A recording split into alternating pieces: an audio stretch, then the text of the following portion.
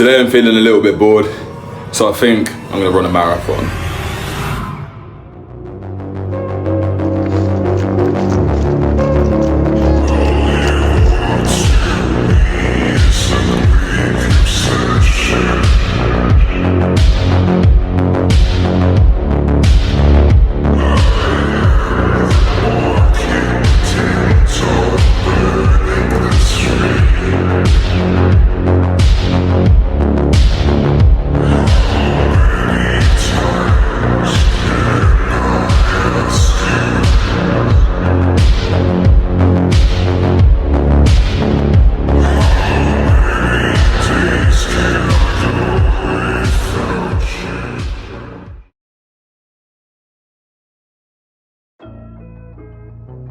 "24 hours later, from impulsively deciding to commit to one of the hardest physiological and mental challenges that I've ever had to come across, running a marathon. And not just running a marathon having never ran long distance before, having never trained long distance before, as well as being a 250-pound bodybuilder. Quite literally not even having the biology to be able to run a marathon. And to top it all off, I didn't even stop at a marathon.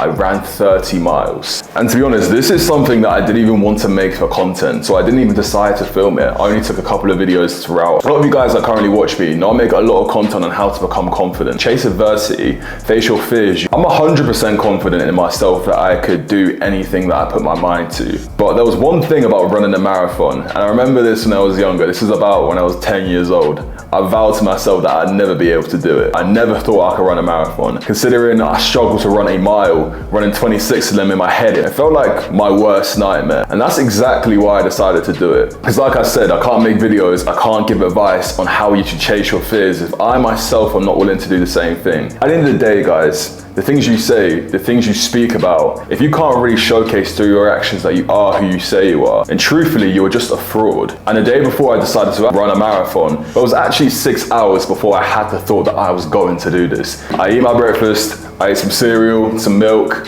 I decided to have a little bit of caffeine, a little bit of salt, have my electrolytes, and I get on a run. I seemed to gain a decent momentum from the second mile onwards. I think the hardest mile and actually getting yourself into the flow, just that first mile, is going to be the most difficult mental part. There's not really going to be that much of a mental burden there. Nothing's really going to keep you going. It's when you get to those later miles where you hold yourself more accountable, whereas I've already come this far, why don't I finish the race? That's the difference. Like that first mile, to actually push yourself to get into that flow of running, is always going to be the hardest. And I thought this was going to be a breeze. I looked at the time on my phone. I've only got to run this hour and 45 minutes, a few more times, and then I've actually ran the marathon. That wasn't the case. As soon as I hit that half marathon, everything just went downhill. Well, specifically the 14th mile.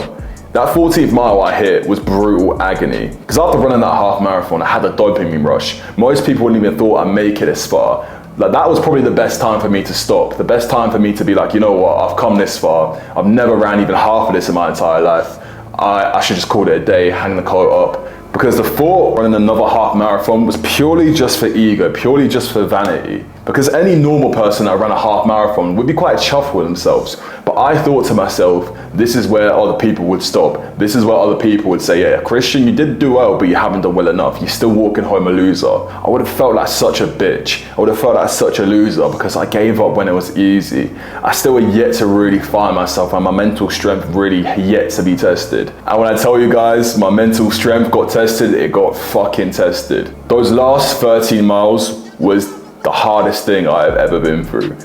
I think I've got a couple clips where you can see it in my face. I look completely dead. I didn't even know how I finished that race. Like it got to the point where my body wasn't working past the 14th mile. I have this ongoing issue in the right side of my leg. A couple of my toes have been broken in the past, and I could feel my right foot starting to deteriorate. Every single muscle in my leg started to tense up. The cramps I was experiencing mile 16 were excruciating. It got to the point where I had no water, no glycogen left in my muscles to even run properly. And halfway through about mile 17, my body had enough. It was trying to tell me to stop. It was trying to tell me to say, oh, you've done enough. You ran 17 miles, that's all you need to do. Just go home, just relax. It's okay, you've won. But my mind was telling me something different. When I tried to stop, my body tried to stop, my mind wouldn't let me. It was telling me, move, Christian, move, move, move, dig deep, dig deep, dig deep. The motivational music at that point had stopped working. I chucked my headphones off and I threw them into the park bush. And throughout this run, it got to the point where I couldn't even think anymore. Thoughts weren't thoughts. Music, I was frustrated at everything. I was angry. I couldn't even breathe properly. I couldn't breathe through my nose.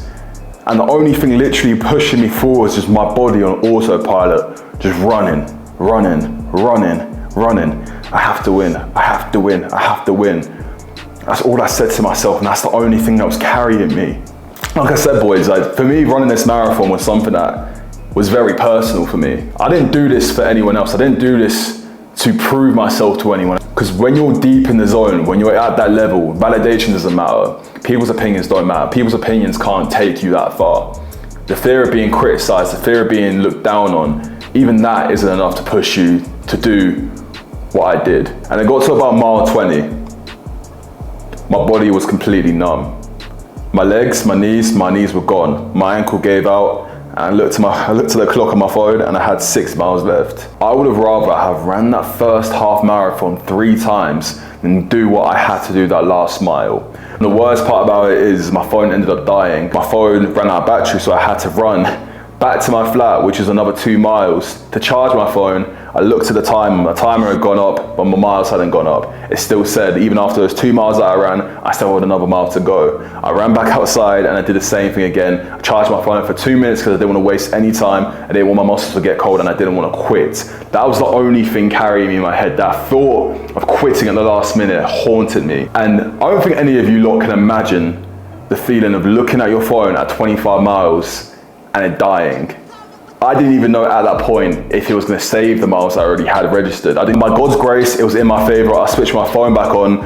It was still on the 25th mile, even though I ran 2 miles back to my apartment to charge it, but the timer had gone up. And even though I had ran the marathon at that point, it wasn't enough for me. I had to see that 26.2 miles, otherwise none of this fucking mattered. I went back outside, and halfway through back on my journey, my phone ended up dying again. I had to do the same thing. I had to run a mile back. I charged my phone up, the timer had gone up, but the miles would stay the same. I was still on 25.5 miles. And when I got home, I wanted to make sure that never happened again. So my power bank wasn't even charged at this point. I brought my laptop, my MacBook. I brought this out with me. My phone plugged into it, running for it side by side, dragging my feet across the floor, trying to get that 26.2. Even though I'd already ran 30 miles at the time. 7 hours of grueling, agonizing pain. Pain that I've never experienced before, because I want to put it in context. I'm not built to be a long distance runner. I've never ran more than 10K, but to do 4 times that, and made me open my eyes and realize that anything is possible, not only through Christ, but through will, through brute force. And it's reinforced this mindset, this mentality that I've always had before, that I knew I've had. That if you master this, if you can control this, you can control anything around you. The power of your mind is something that cannot be underestimated. Like I said, it was definitely the hardest thing that I've ever done in my life, but I've only come out of it wanting more. I want to do the next challenge now. I want to go harder because I know if I can do this, I can push my body beyond its physical limits to do something like this, then I can do anything, I can achieve anything. And running that marathon has only left me being more hungry for something else that can push me past those limits, hungry for something else that can challenge me more than I was challenged today. And I can truly say that this is something that has made my life change for the better. If you guys would like to stay connected, follow my Instagram, I'm gonna put it up here. And if you guys are interested in learning how to build things like your mindset, your confidence, and building that overall conviction in yourself, as well as getting into the best shape of your life, make sure to click the link in the description below for one-to-one mentorship. Type your details in and book a free call with me today. We'll work together to build a blueprint for your goals. Let me know your thoughts on today's video by again leaving it in the comment section. And if you have more of a personal response, feel free to DM me on Instagram. I'll see you guys next time.